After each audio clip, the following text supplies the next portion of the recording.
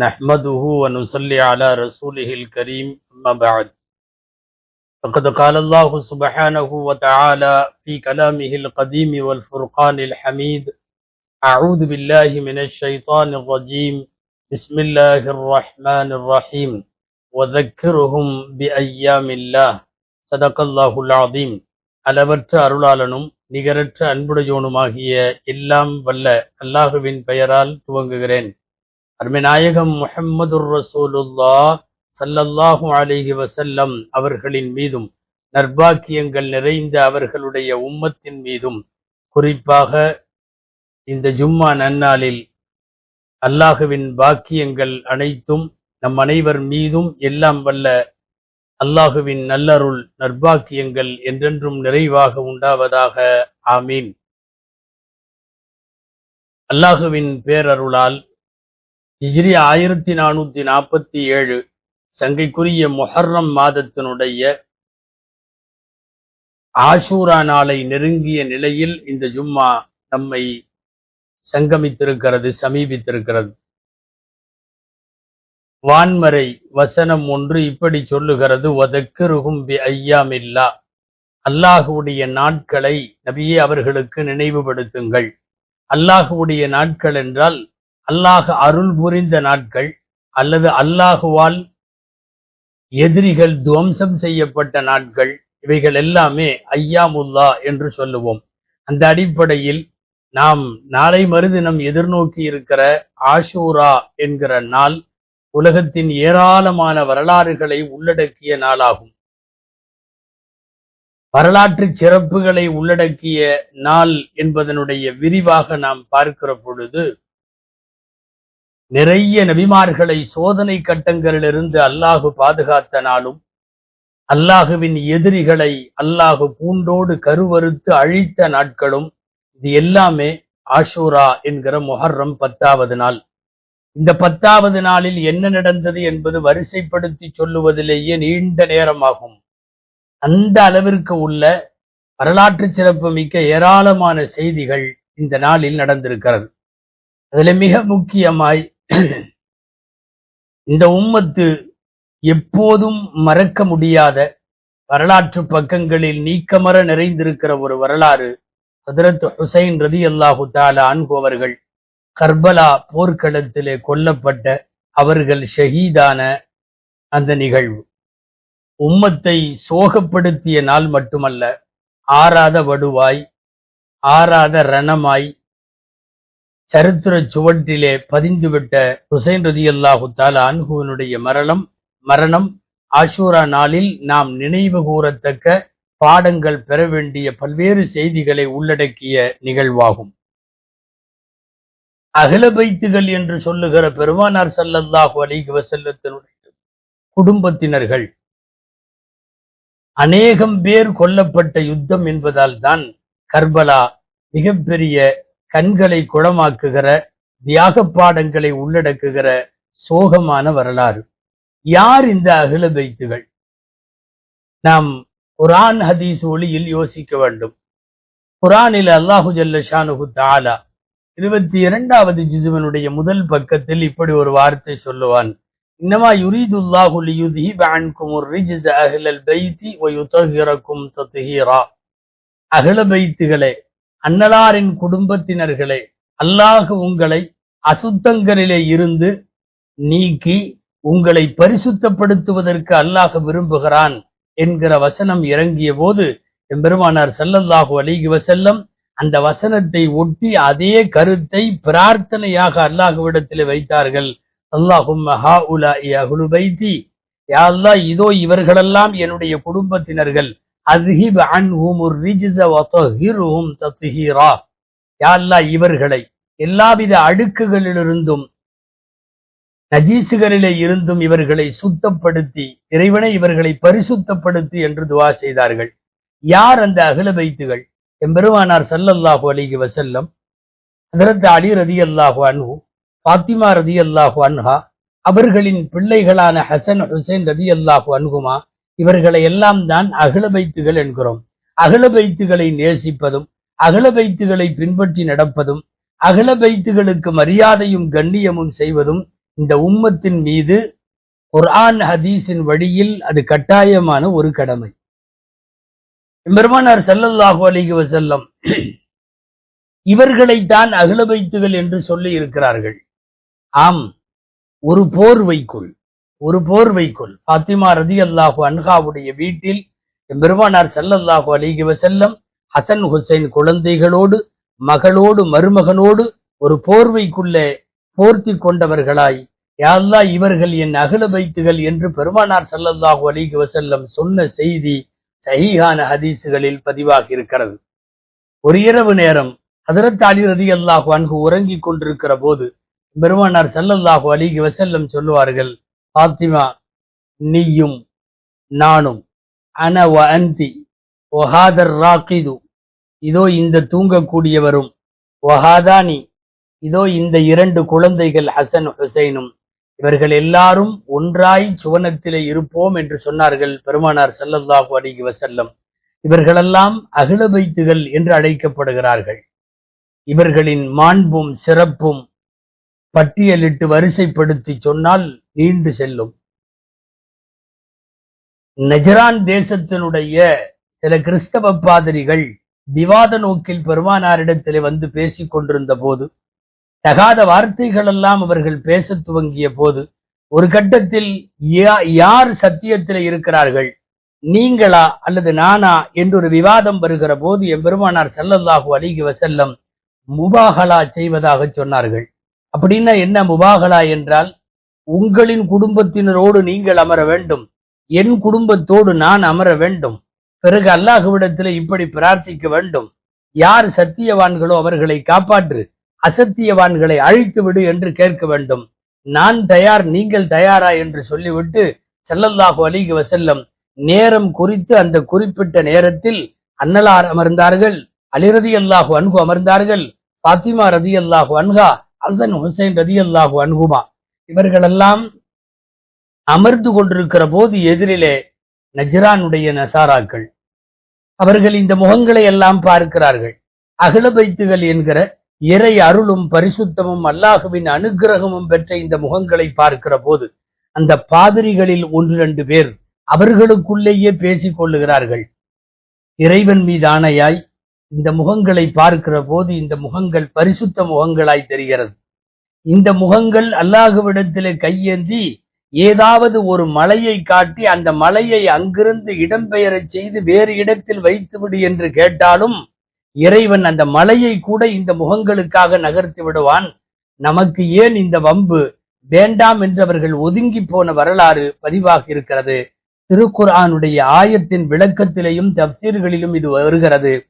குல் தஆலு நத்உ அப்னாஅனா வ அப்னாஅக்கும் வ நிசாஅனா வ நிசாஅக்கும் வ அன்ஃபுஸனா வ அன்ஃபுஸக்கும், நபியே அழைப்பு கொடுங்கள், அவர்களின் மக்கள் உங்களுடைய மக்கள், உங்கள் மனைவிகள் அவர்களுடைய மனைவிகள், நீங்களும் அவர்களும் எல்லாம் உட்கார்ந்து சும்ம நபுதஹில் ஃபனஜஅல் லஅனத்தல்லாஹி அலல் காதிபீன், பொய்யர்கள் மீது இறைவன் சாபம் உண்டாகட்டும் என்று நாம் முபாஹலா செய்யலாம், வாருங்கள் என்று அழைப்பு கொடுங்கள் என்று அல்லாஹ் சொன்னானே, அந்த விளக்கத்தில் வருகிறது. பெருமானார் ஸல்லல்லாஹு அலைஹி வஸல்லம் அவர்களை சுற்றி அமர்ந்திருந்த இந்த கூட்டம் தான் அஹ்ல பைத்துகள் என்று சொல்லுகிறோம்.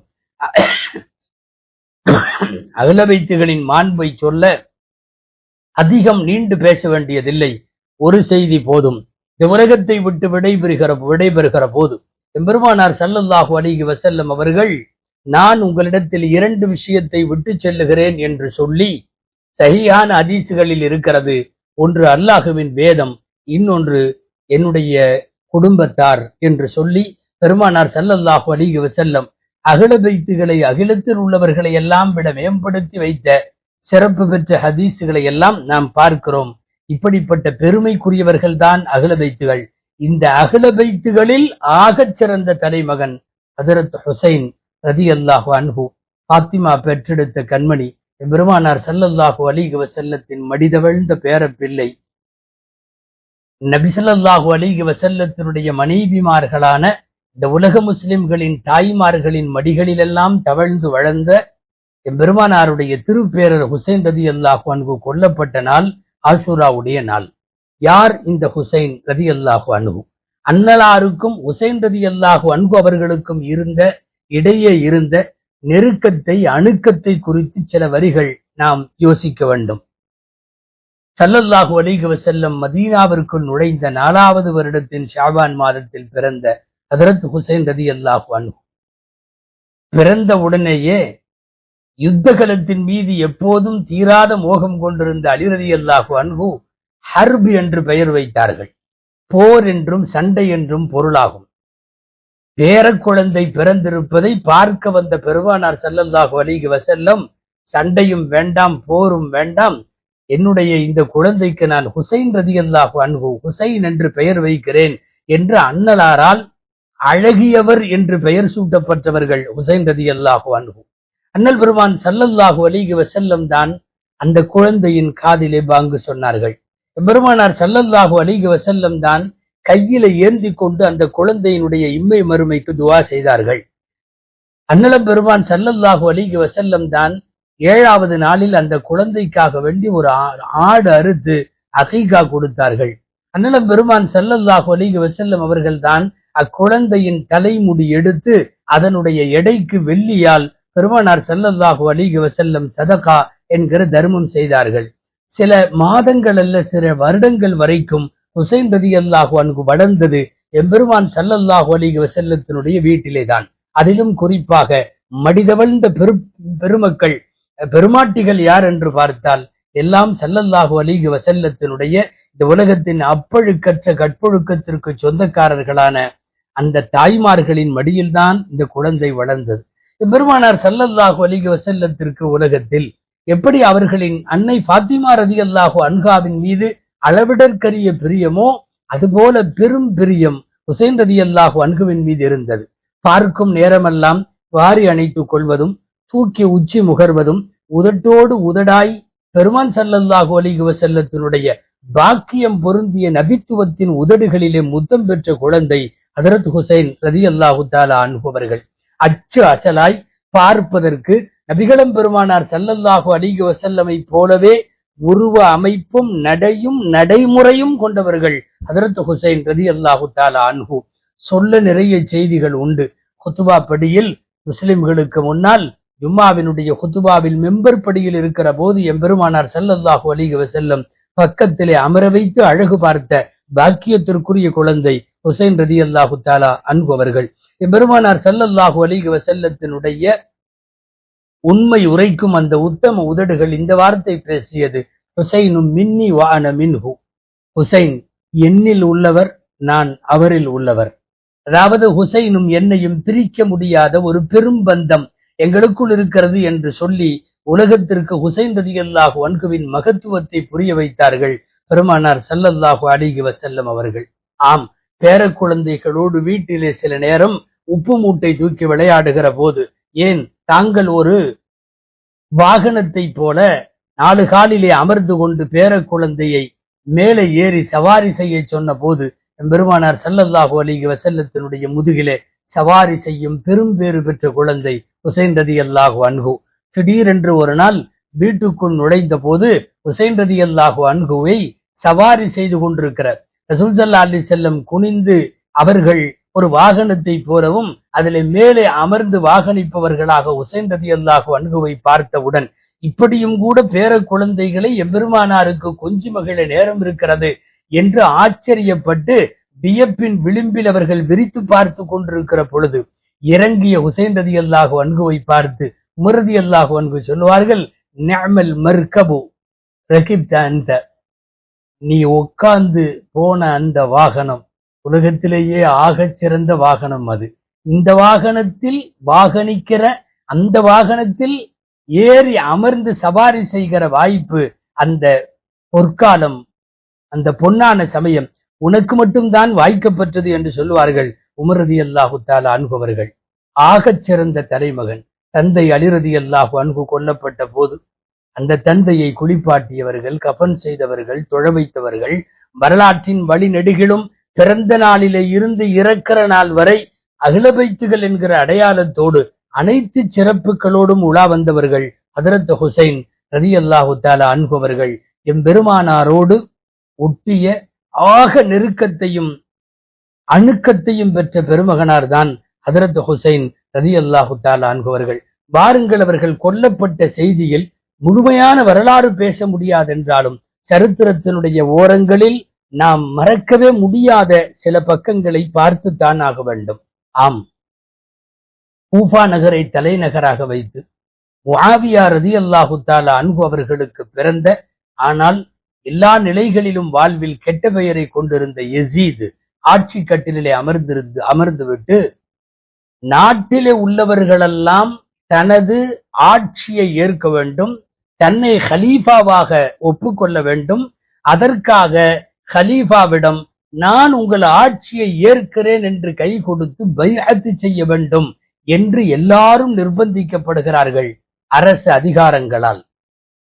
அந்த அதிகாரங்கள் ஹுசைன் ரலியல்லாஹு அன்ஹுவினுடைய வீட்டை தட்டிய போது ஹுசைன் ரலியல்லாஹு அன்ஹு அவர்கள் பல்வேறு காரணங்களால், குறிப்பாக யசீத் நல்ல பெயர் இல்லை, யசீதுக்கு நல்ல பெயர் இல்லை, யசீத் மக்களால் போற்றப்படுகிற ஆட்சியாளனும் கிடையாது. எனவே யசீதனுடைய ஹிலாபத்தை ஏற்க மாட்டேன் என்று பிடிவாதமாய் மறுத்தார்கள். அதிகார வர்க்கத்தால் திரும்ப திரும்ப அழுத்தம் கொடுக்கப்பட்டது. எந்த அழுத்தத்துக்கும் பணியாமல் அஞ்சுவது அல்லாஹ்விற்கு மட்டுமே என்ற சிந்தனையோடு வாழக்கூடிய ஹுசைன் ரலியல்லாஹு அன்ஹு கடைசி வரை ஏற்கவில்லை. ஒரு கட்டத்தில் மதீனாவினுடைய கவர்னர் மூலமாக அடிக்கவும் சித்திரவதை செய்யவும் நெருக்கடி கொடுக்கவும் யசீதை ஏற்க மறுக்கிற போது, எந்த எல்லைக்கும் போய் தொந்தரவு கொடுக்க அவர்கள் முன்வந்த போது பல பேர் அனுதாபிகள் அல்லது நெருக்கமானவர்கள் சொன்னார்கள், மக்காவிற்கு போய்விடுங்கள், மதீனாவிலே இருக்க வேண்டாம். ஹதரத் ஹுசைன் ரலியல்லாஹு அன்ஹு ஊர் துறந்து அப்போது உடனிருந்த சஹாபி அப்துல்லாஹ் இப்னு ஸுபைர் ரலியல்லாஹு அன்ஹு அவர்களோடு சேர்ந்து மக்காவிற்கு பயணமானார்கள். கடைசியாய் விடைபெறும் போது தங்களுடைய தாத்தா பாக்கியம் பொருந்திய பெருமானார் ஸல்லல்லாஹு அலைஹி வஸல்லத்தினுடைய ரவுதாவிலே நின்று கடைசி சலாம் சொல்லுகிறார்கள். ஸலாத்து வஸ்ஸலாமு அலைக யா ரசூலல்லாஹ் என்று ரசூல் ஸல்லல்லாஹு அலைஹி வஸல்லத்திற்கு சலாம் சொல்லி விடை பெறுகிற போது ஓரளவு அவர்களால் அனுமானிக்க முடிந்தது அது கடைசி சலாமாக இருக்குமோ. நித்தமும் தங்களுடைய பாட்டனாருக்கு சலாம் சொல்லி பழக்கப்பட்ட அவர்கள் பிரியா விடை கொடுத்து அங்கிருந்து பிரிகிறார்கள். வரலாற்றிலே கவனிக்க வேண்டிய செய்தி என்ன தெரியுமா? இவர்களுடைய பாட்டனார் எம்பெருமானார் ஸல்லல்லாஹு அலைஹி வஸல்லம் மதீனாவிற்குள் நுழைந்த போது மதீனத்து மக்களெல்லாம் வெளியே வந்து எல்லையிலே திரண்டு நின்று தலஅல் பத்ரு அலைனா மின் சனியாத்தில் விதா என்று சொல்லி, நிலவு எங்கள் ரசூலுல்லாஹ் மதீனாவிற்கு வந்தார்கள் என்று எந்த மக்கள் சந்தோஷத்தோடு ஆனந்த களிப்போடு ஆரவாரத்தோடு தக்பீர் முழக்கங்களோடு மகிழ்ச்சியோடு உள்ளத்தினுடைய உவகையோடு வரவேற்றார்களோ, அதே மதீனத்து மக்கள் ஹுசைன் ரலியல்லாஹு அன்ஹு அரச பயங்கரவாதத்தினுடைய நெருக்கடியால் மதீனாவை விட்டு கிளம்புகிறார்கள் என்கிற போது அதே எல்லையில் ஒரு பெருங்கூட்டம் கண்ணீர் வடித்து அவர்களை அனுப்பி வைத்தது. மக்காவிற்கு வந்தார்கள் ஹதரத் ஹுசைன் ரலியல்லாஹு தஆலா அன்ஹு அவர்கள். அகல மதீனா அத்தனை பேரும் அழுதார்கள் என்பது வரலாறு. ஹுசைன் ரலியல்லாஹு அன்ஹுவினுடைய நெருக்கடி, அவர்கள் மீதான நெருக்கடி மக்காவிலேயும் தொடர்ந்தது. தொடர்ந்து கூஃபாவினுடைய மக்கள் கடிதம் எழுதி கொண்டே இருந்தார்கள். யசீதின் ஆட்சி எங்களுக்கு பிடிக்கவில்லை, இவர் ஒரு சர்வாதிகாரி, இவர் கொடுங்கோலர், இவரை ஒருபோதும் ஏற்க முடியாது, நீங்கள் வந்து எங்களை காப்பாற்ற வேண்டும், நீங்கள் வந்து நாட்டின் பொறுப்பேற்க வேண்டும், அன்னலாரினுடைய வாரிசாக நீங்கள் தான் ஆளுவதற்கு தகுதியானவர்கள் என்று சொன்னதற்கிணங்க தாங்கள் வாழுகிற காலத்திலேயே ஒரு மன்னராட்சிக்கு எதிராய் மக்கள் கிளர்த்தெழுகிற போது ஒரு நல்ல குடியரசை நிறுவித்தர வேண்டியதன் பொறுப்பு அவர்களுக்கு உண்டு என்று நிறைய பேர் தடுத்த போதும் அவர்கள் மக்காவிலே இருந்து கூஃபாவுக்கு கிளம்பினார்கள். சொல்ல போனால் கர்பலாவின் சரியான வரலாறு இந்த சோக நாளிலிருந்தே துவங்குகிறது. நிறைய பேர் தடுத்தார்கள்.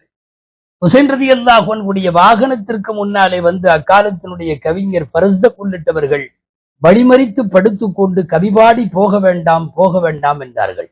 அன்னலாருக்கு இருக்கிற ஒரே வாரிசாக ஏறத்தாழ 30க்கும் 40க்கும் அந்த வயதிலே இருக்கிற போது இந்த உம்மத்து ஒரு பெரும் இழப்பை சந்தித்து விடுமோ என்கிற அபாயத்தில் சமகாலத்திலே வாழ்ந்த பெரிய சஹாபாக்கள் அன்றைக்கு இப்னு அப்பாஸ் ரலியல்லாஹு அன்ஹு, இப்னு உமர் ரலியல்லாஹு தஆலா அன்ஹு, இந்த பெருமக்கள் எல்லாம் வேண்டாம் போக வேண்டாம் என்றவர்களை தடுத்து கொண்டே இருந்தார்கள். ஆனாலும் முன்வைத்த காலை பின்வைக்க மாட்டேன் என்று சொல்லி அவர்கள் கிளம்புவதற்கு ஆயத்தமாகிவிட்டார்கள். ரசூலுல்லாஹி ஸல்லல்லாஹு அலைஹி வஸல்லத்தினுடைய பேரப்பிள்ளையை இழக்க விரும்பாமல் நிறைய பேர் சொல்லியும் கொண்ட கொள்கையில் உறுதியாக இருந்த காரணத்தால் முன்வைத்த காலை பின்வைக்க மாட்டேன் என்கிற அடிப்படையில் கிளம்பி விட்டார்கள். ஹஜ்ரத் ஹுசைன் ரலியல்லாஹு தஆலா அன்ஹு, மிகச்சிறந்த சஹாபி ஜாபிர் ரலியல்லாஹு அன்ஹு, அபூ சயீத் அல் குத்ரி ரலியல்லாஹு அன்ஹு, இவர்களெல்லாம் தடுத்து பார்த்தார்கள். பயணம் ஆரம்பமாகிவிட்டது. கூஃபாவை நோக்கி ஹுசைன் ரலியல்லாஹு அன்ஹு வருகிறார்கள் என்கிற செய்தி அரச வர்க்கத்தை கோபப்படுத்தியது. கட்டவிழ்த்து விடப்பட்டது ராணுவம். எல்லா வகையிலும் படைகள் கிளம்பியது. வழி முழுக்க தொந்தரவு. மக்காவிற்கும் கூஃபாவிற்கும் இடையிலே தான் கர்பலா. ஏறத்தாழ அந்த இடத்தை நெருங்க நெருங்க முஹர்ரத்தினுடைய முதல் பிறையில இருந்து நெருக்கடி அதிகமாகி ஒரு கட்டத்தில் ஹுசைன் ரலியல்லாஹு அன்ஹுவோடு இருந்த எல்லாருக்கும் தொந்தரவு தரப்பட்டது. அன்பானவர்களே, கூட இருப்பதெல்லாம் யாரு தெரியுமா? அத்தனை பேரும் அகல வைத்துகள். எம்பெருமானார் ஸல்லல்லாஹு அலைஹி வஸல்லத்தினுடைய குடும்பம், சிறிய தந்தை குடும்பம், பெரிய தந்தை குடும்பம், ஹசன் ரலியல்லாஹு அன்ஹு குடும்பம், ஹுசைன் ரலியல்லாஹு அன்ஹு குடும்பம், அலி ரலியல்லாஹு அன்ஹுடைய குடும்பம், மொத்தத்தில் இவர்கள் தான். அத்தனை பேரையும் அகல வைத்துகள் என்று சொல்லலாம். அவர்களோடு கிளம்பி வருகிறார்கள் 40 பேர். 40 பேரும் அகல வைத்துகள். அன்பானவர்களே, ஹுசைன் ரலியல்லாஹு தஆலா அன்ஹுவிடத்தில் 32 குதிரைகள் மட்டும் இருந்தது. அவர்கள் வாகனித்து வந்தவைகள் எல்லாம். ஆனால் மிகப்பெரிய படையோடு 30,000 பேரோடு ஹுசைன் ரலியல்லாஹு அன்ஹுவை கூஃபாவிற்குள் நுழைய விடாமல் வழியிலேயே மறித்து அவர்களை அழித்தொழிக்க திட்டம் தீட்டிய படை.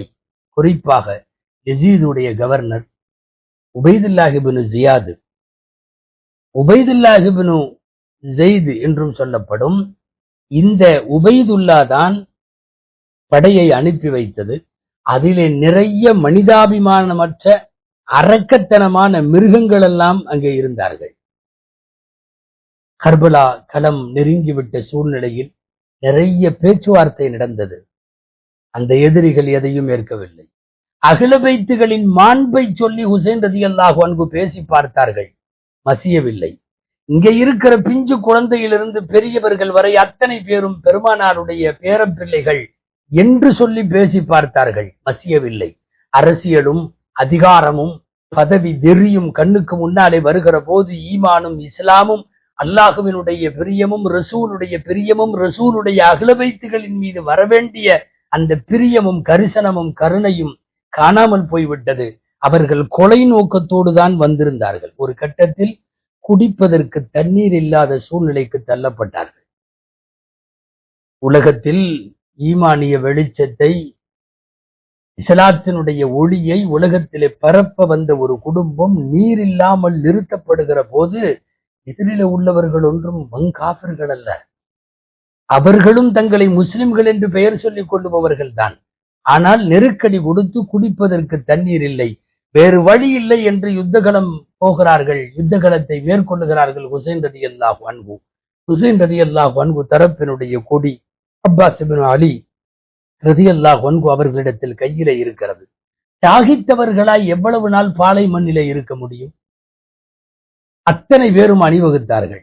இங்கே கவனிக்க வேண்டும், போர் துவங்க போகிறது என்று தெரிகிற போது ஹுசைன் ரலியல்லாஹு அன்ஹு சொன்னார்கள், போவதாக இருந்தால் பாதுகாப்பு கருதி, உயிர் பயம் கருதி, வாழும் ஆசை கருதி, அல்லது இந்த பிரச்சனைகளில் எதற்கு வம்பு என்று நினைக்கிற யாராக இருந்தாலும் நீங்கள் மதீனாவிற்கு போகலாம் என்று அனுமதி கொடுத்தார்கள். சொல்ல போனால் போகச் சொல்லி வலியுறுத்தினார்கள். ஷஹீதாகுவது என்கிற தீர்க்கமான முடிவிலே இருப்பவர்கள் தான் நிற்க முடியும். எனவே போகச் சொல்லி அனுமதி கொடுத்த போதும் போகாத அகில பைத்துகளின் உறுதியை என்னவென்று சொல்லுவது? இந்த குடும்பம் ஒன்றும் சண்டைக்கு பயப்பட்ட குடும்பம் அல்லவே. உலகத்திலேயே பெருமானார் ஸல்லல்லாஹு அலைஹி வஸல்லத்தினுட அவர்களை போல் முன்வைத்த காலை வைக்காத துணிவு கொண்ட பெருமக்கள் யாரும் இல்லை. அப்படிப்பட்டவர்களின் குடும்பத்தினுடைய பேர பிள்ளைகளும் பெச்சலங்களும் சந்ததிகளும் பயந்தா பின்வாங்கும்? அவர்கள் போக மாட்டோம் என்று மறுத்து விட்டார்கள். வேறு வழியே இல்லை. கர்பலாவினுடைய ஆஷூராவுடைய நாள். நான் சுருக்கமாய் வரலாற்றை முடிக்கிறேன். ஹுசைன் ரலியல்லாஹு அன்ஹு தயாராகிவிட்டார்கள். காட்சிகளை சொல்லக்கூடிய யாருடைய கல்பும் கரைந்து போய் கண்ணீராய் உகுத்துவிடும். அன்னலம் பெருமான் ஸல்லல்லாஹு அலைஹி வஸல்லத்தினுடைய தலைப்பாக எடுத்து அணிந்து, ஹம்ஸா ரலியல்லாஹு அன்ஹு போரிலே பயன்படுத்திய கவச சட்டையை எடுத்து போட்டு, எம்பெருமானார் ஸல்லல்லாஹு அலைஹி வஸல்லத்தினுடைய வாளை பெற்று அலி ரலியல்லாஹு அன்ஹு வைத்திருந்த அந்த துல்ஃபிகார், அந்த அலி ரலியல்லாஹு அன்ஹுடைய வாளை கையில வைத்துக் கொண்டு, அன்னலம் பெருமான் ஸல்லல்லாஹு அலைஹி வஸல்லத்தினுடைய பரக்கத்துகளை உச்சந்தலையிலே இருந்து உள்ளங்கால் வரை தாங்கி முடித்திருக்கிற ஹுசைன் ரலியல்லாஹு அன்ஹு, நபிகளார் ஸல்லல்லாஹு அலைஹி வஸல்லத்தின் குடும்பத்தின் ஒரே பெரிய அடையாளம். அந்த அடையாளத்தை அழிப்பதற்கு துணிந்து விட்டது அதிகார வர்க்கம். போர் முக்கரமாக நடைபெற்று நிறைய பேர் கொல்லப்பட்டார்கள். சுருக்கமாய் சொல்லிவிடுகிறேன். ஹுசைன் ரலியல்லாஹு அன்ஹுடைய மக்கள் அத்தனை பேரும் கொல்லப்பட்டார்கள். டென்ட்டிலே இருந்த பெண்கள் பாதுகாக்கப்பட்டார்கள். ஒரே ஒருவர் போருக்கு வரவில்லை. அலி இப்னுல் ஹுசைன் ரலியல்லாஹு தஆலா அன்ஹு, அவர் மாத்திரம் போரிலே கலந்து கொள்ளவில்லை. கடுமையான காய்ச்சலால் யுத்தத்திற்கு வரக்கூடாது என்று அவர்கள் பெண்களுக்கு பாதுகாப்பாகவும் உடல்நிலை கருதியும் அமர வைக்கப்பட்ட பிற்காலங்களில் ஜெய்னுல் ஆபிதீன், அல்லாஹுவின் அடியார்களில் அழகானவர் என்கிற சிறப்பு பெயரோடு அழைக்கப்பட்ட ஹஜ்ரத் ஜெய்னுல் ஆபிதீன் ரலியல்லாஹு அன்ஹுவை தவிர எல்லாம் மாண்டு போனார்கள். இரத்த வெள்ளத்தில் பொதுமக்களை பார்த்தாலே நாம் கொதித்து போகிறோமே, நெக்குருகி நிற்கிறோமே. அகல பைத்துகளின் இரத்தங்களை பாலைவன மண்ணில் கர்பலாவில் ஆராய் ஓடச் செய்த அந்த கொடூரர்கள் வரலாற்றில் நிறைய தண்டிக்கப்பட்டார்கள் என்பதல்ல, உலகம் உள்ள வரைக்கும், அதிலே உயிர்கள் உள்ள வரைக்கும் அவர்கள் சாபத்திற்குரியவர்கள். ஹஜ்ரத் ஹுசைன் ரலியல்லாஹு அன்ஹு நெருங்கிவிட்ட நேரத்தை உணர்ந்தவர்களாய் 2 ரக்காத்து தொழுவதற்கு அனுமதி கேட்டார்கள். தொழுவதற்கு அனுமதி கொடுக்கப்பட்டது. முதல் சஜிதா ரக்காத்திலே செய்திருக்கிறார்கள். அவர்கள் முதல் சஜிதா என்று நாம் நினைக்கலாம். வாழ்க்கையில் அது கடைசி சஜிதா. அவர்கள் சஜிதாவிலே இருக்கிற போதே அவர்கள் கொல்லப்பட்டார்கள். குடிப்பதற்கு தண்ணீர் இல்லை. ஊர் உலகத்துக்கெல்லாம் தாகம் தீர்த்த யூப்ரட்டிஸ் நதிக்கரை, ஃபொராத் நதிக்கரை ஓரம் ஆளில்லாத பாலைவனம், குடிப்பதற்கு தண்ணீர் தடுக்கப்பட்ட நீர் இல்லாத நிலை. ஒரு சோக பாடத்திற்கு அந்த மண் அன்றைக்கு தயாராக இருந்தது.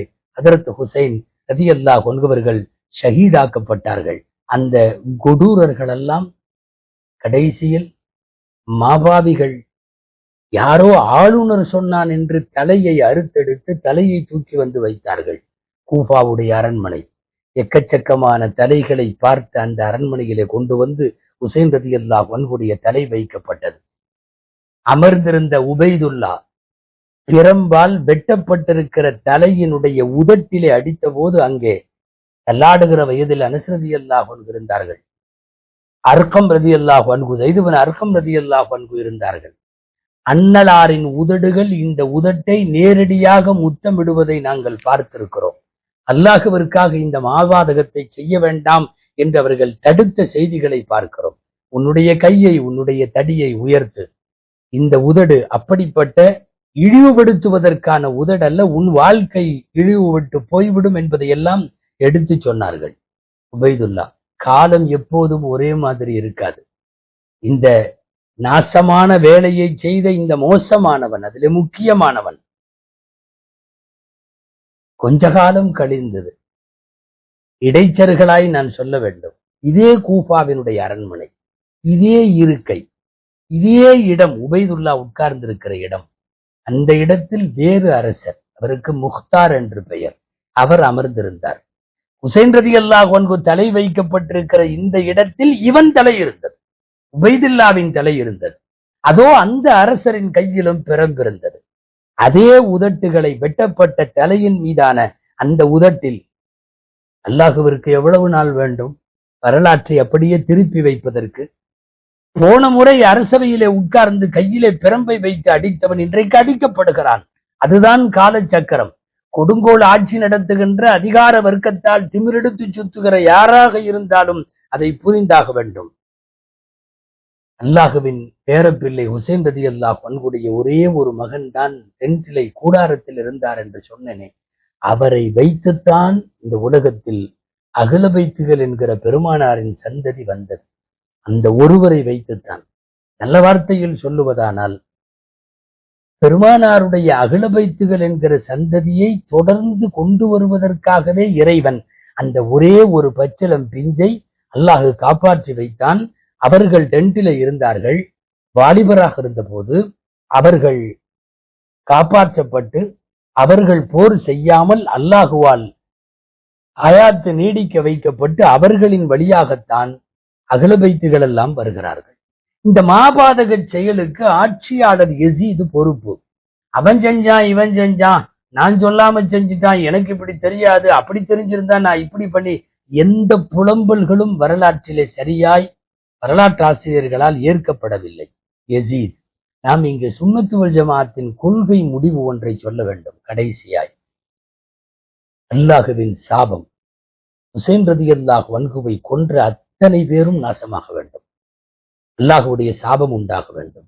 கொலை செய்தவர்கள், உடன் போனவர்கள், உடந்தையாய் இருந்தவர்கள், சைகனையால் சுட்டி காட்டியவர்கள், கொல்லப்பட்டு விட்டார் ஹுசைன் ரலியல்லாஹு அன்ஹு என்று தெரிந்த போது மனதளவிலே பொருந்தியவர்கள், மகிழ்ந்தவர்கள், இத்தனை கொடூரமானவர்கள் மீதும் அல்லாஹுவின் நாசம் எல்லா காலத்திலும் உண்டாகட்டும் என்பதுதான் அஹ்லு சுன்னத் வல் ஜமாஅத்தினுடைய தீர்க்கமான முடிவு.